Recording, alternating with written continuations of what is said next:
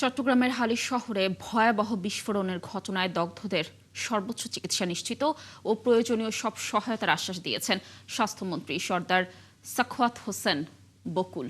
সকালে জাতীয় বার্ন ও plastic surgery ইনস্টিটিউটে চিকিৎসাধীন রোগীদের দেখতে গিয়ে তিনি কথা বলেন। এ সময় দুর্যোগ ব্যবস্থাপনা ও ত্রাণমন্ত্রী আসাদুল হাবিব দুলু বলেন, গ্যাস লিকেজ থেকে প্রায়ই দুর্ঘটনা হচ্ছে।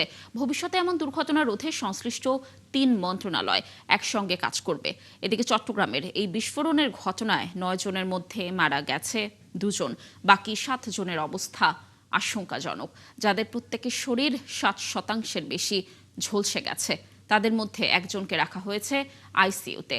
তাদের চিকিৎসায় কোনো ঘাটতি থাকবে না বলে জানান বার্ন ইনস্টিটিউটের পরিচালক ডাক্তার মোহাম্মদ নাসির উদ্দিন।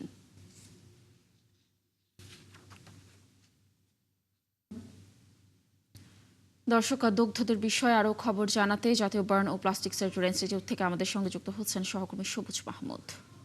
সবুজ, নিশ্চয়ই শুনতে পাচ্ছেন, দগ্ধদের শারীরিক অবস্থার সর্বশেষ কি তথ্য রয়েছে আপনার কাছে? চিকিৎসকরা কি বলছেন, আর তাদের চিকিৎসা সেবা নিয়ে স্বাস্থ্যমন্ত্রী কি ধরনের নির্দেশ দিয়েছেন জানাবেন।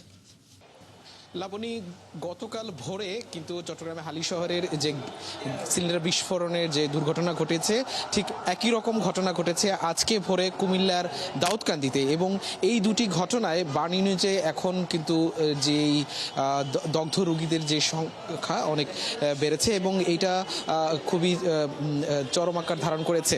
এখানে কিন্তু আজকে দুটি মন্ত্রণালয়ের মন্ত্রী এই বার্ন ইউনিটে আহত রোগীদের দেখতে এসেছেন এবং তারা আমাদেরকে জানিয়েছেন যে চট্টগ্রামের ঘটনায় একই পরিবারের ৯ জন যে দগ্ধ হয়েছে, তাদের ২ জন ইতিমধ্যে মৃত্যুবরণ করেছেন। তাদের একজনকে পথে আসতেই মৃত্যুবরণ করেন এবং এখানে আসার পর তাদের একজনের মৃত্যু হয় এবং আরও যারা আছেন তাদের সবার অবস্থাই আশঙ্কাজনক।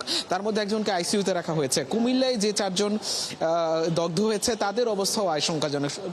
মোট কথা, বার্ন ইউনিটে যে এই দুইটি ঘটনায় যেসব রোগীরা আছেন তাদের কারো অবস্থাই আসলে ভালো বলা যাবে না। তো এই রোগীদেরকে দেখতে এসে স্বাস্থ্যমন্ত্রী এবং দুর্যোগ ব্যবস্থাপনা ত্রাণমন্ত্রী তারা আমাদের সাথে কথা বলে জানিয়েছেন। স্বাস্থ্যমন্ত্রী বলেছেন যে তাদের চিকিৎসার সর্বোচ্চ তারা এখান থেকে যে ব্যবস্থা আছে সেগুলো ব্যবস্থা করবেন। যদি সরকারের পক্ষ থেকে কোনো ধরনের সাপোর্ট দরকার হয় সেগুলো তারা দিতে রাজি আছেন।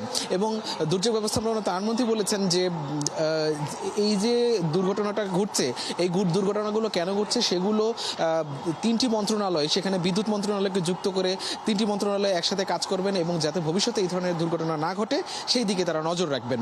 একই সাথে বার্ন ইনস্টিটিউটের যে পরিচালক ডক্টর নাসির উদ্দিন, উনি বলেছেন যে এই ধরনের রোগীরা তারা প্রায়ই পায় গ্যাস বিস্ফোরণের যেসব রোগীরা, হয়তো এটা এই ভিডিওটি ভাইরাল হওয়ার কারণে এই বিষয়টি বেশি নজরে আসছে, কিন্তু গ্যাস বিস্ফোরণের ঘটনা প্রতিনিয়তই ঘটছে। তো এই রোগীদের যারা আছেন তাদেরকে সর্বোচ্চ চিকিৎসা দেওয়ার নিশ্চিত করবেন বলে জানিয়েছেন বার্ন ইনস্টিটিউটের পরিচালক। সব মিলিয়ে রোগীদেরকে সর্বোচ্চ চেষ্টা করছেন সরকারের পক্ষ থেকে।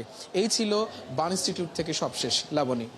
সবুজ, ধন্যবাদ আমাদের সাথে যুক্ত থাকার জন্য। নিশ্চয়ই আমরা দগ্ধদের বিষয়ে সকল ধরনের তথ্য আপনার মাধ্যমে দর্শকদেরকে পরবর্তী সংবাদ সংযোগগুলোতে জানাতে পারবো। দর্শক, যুক্ত ছিলেন সবুজ মাহমুদ।